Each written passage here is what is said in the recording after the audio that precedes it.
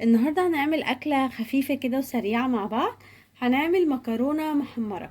اول حاجه زي ما انتم شايفين حطينا نقطه زيت، وحطينا معاها كمان يعني معلقه سمنه بلدي. اللي ما عندوش اي سمنه عاديه تمام. مجرد ان السمنه تسيح كده هنبدا ان احنا نحط المكرونه. هنعلي النار شويه عشان ما تاخدش وقت معانا.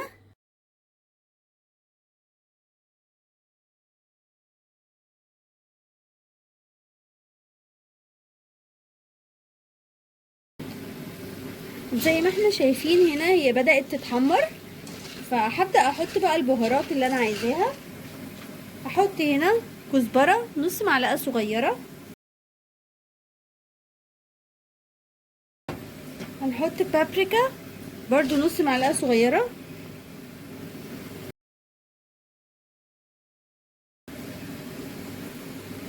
بصل بودرة،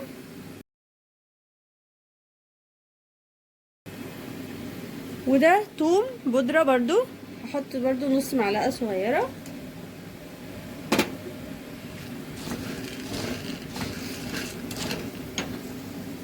فلفل اسود،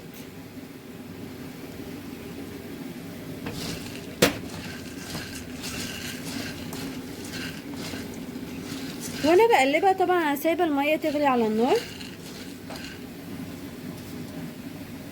وممكن احط مرقه وممكن لا، يعني حسب ما انت عايزه. هبدا احط معاها صلصه. انا بحب احط طماطم طبيعيه،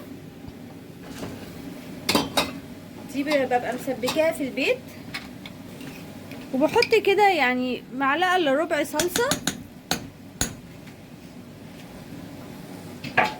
بحيث بس تديها لون. كل ده على نار متوسطه، وهبدا احط الميه بتاعتي.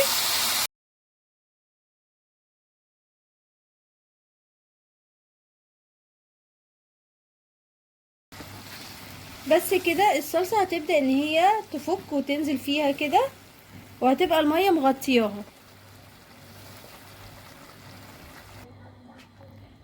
زي ما احنا شايفين كده خلاص الصلصه اللي احنا حطيناها دايبه. شايفين لون الصلصه جميل ازاي مع البابريكا وكده، مديه لون حلو قوي. يا دوب الميه مغطيه بس المكرونه، مش مزودين ميه قوي. هنبدأ نضيف الملح، ونخلي بالنا ما نضيفش ملح كتير عشان اصلا المرقة بيبقى فيها ملح. وكمان هنضيف نص معلقة سكر كده بس عشان نعادل الحموضة بتاعة الصلصة. هنديها بقى تقليبة اخيرة، ما نقلبهاش كتير، تقليبة بس اخيرة. وهنبدأ نوطي النار خالص. ممكن كمان نحط شياطة تحتها هتبقى احلى، بحيث ان هي ايه تاخد وقتها في السوا على الاخر. زي ما انتوا شايفين اهي المكرونه خلصت. بصوا مفلفله وحلوه قوي قوي قوي، ما فيهاش اي تعجينه. والصلصه بتاعتها مناسبه، ولا تقيله قوي ولا خفيفه قوي.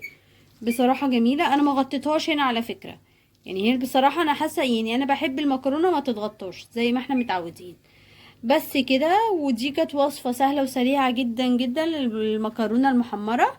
لو عجبتكم ما تنسوش تعملوا لايك وشير وتشتركوا في القناه معايا.